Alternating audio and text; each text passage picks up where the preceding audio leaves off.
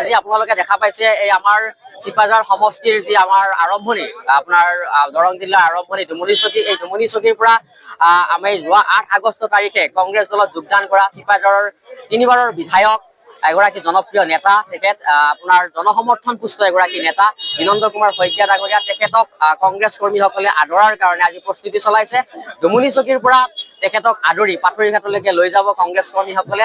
আজি হাজাৰ হাজাৰ কংগ্ৰেছ কৰ্মী ওলাই আহিছে আৰু এই ইংগিত বহন কৰিছে 2026 চনত চিপাঝাৰ বিধানসভা সমষ্টিৰ পৰা পুনৰ ভাৰতীয় জাতীয় কংগ্ৰেছ দলৰ প্ৰাৰ্থী ইয়াত জয়লাভ কৰিব আৰু শক্তিশালীভাৱে কংগ্ৰেছ দলে 2026 চনত অসমত চৰকাৰ গঠন কৰিব গৌৰৱ গগৈ নেতৃত্বত। আৰু আমাৰ চিপাঝাৰ বিধানসভা সমষ্টিক আমি গৌৰৱ গগৈ ডাঙৰীয়াৰ হাতত যাতে আমি এই আসনখন গতাই দিব পাৰোঁ, সেই লক্ষ্যৰে আজি কংগ্ৰেছ কৰ্মীসকলে বিনন্দ কুমাৰ শইকীয়া ডাঙৰীয়াক আদৰি নিবৰ বাবে ওলাই আহিছে।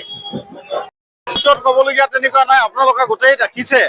আজি আমি স্বতঃস্ফূৰ্তভাৱে যি আজি আমি সমাদৰ লাভ কৰি আজি হাজাৰ হাজাৰ বাইক আহি ইয়াতে উপস্থিত হৈছে। তেখেত ইতিমধ্যে গুৱাহাটীৰ পৰা ৰাওনা হৈছে, গুৱাহাটীৰ পৰা ৰাওনা হৈ তেখেতে আমাৰ নাৰিকলী মন্দিৰত সেৱা লৈ আমাৰ চিপাঝাৰ ব্লক কংগ্ৰেছ অফিচত তেখেতে সুন্দৰভাৱে তেখেতে হেৰি কৰি তাৰপিছত তেখেত হেৰিলৈ যাব, আমাৰ পথৰঘাট শ্বহীদ স্তম্ভলৈ যাব। শ্বহীদ স্তম্ভত তেখেতে অকণমান ভাষণ ৰাখি তেখেতে আমাৰ শুভেচ্ছামূলক ভাষণ ৰাখিব। সেইখিনি আমি দেখিছোঁ যে আজি চিপাঝাৰ সমষ্টিৰ যি জনপ্ৰিয়তা এতিয়াও হ্ৰাস পোৱা নাই। একেৰাহে 15 বছৰ তেখেতে বিধায়ক হৈছে। বিধায়ক হৈ যোৱাবেলি তেখেতে আমাৰ মন্ত্ৰী ডাঙৰীয়াই টিকেট প্ৰদান নকৰি আজি চিপাঝাৰ সমষ্টিৰ যিটো এটা আমাৰ পৰিৱেশৰ সৃষ্টি কৰিছে, চিপাঝাৰ সমষ্টিত যিহেতু বিধায়ক নোহোৱা বুলি ক'ব পাৰোঁ, বিধায়কৰ কোনো তেনেকুৱা পৰিৱেশ নাই। গতিকে আজি এই জনপ্ৰিয় বিধায়ক হিচাপে আমি পৰিচিত। তেখেতে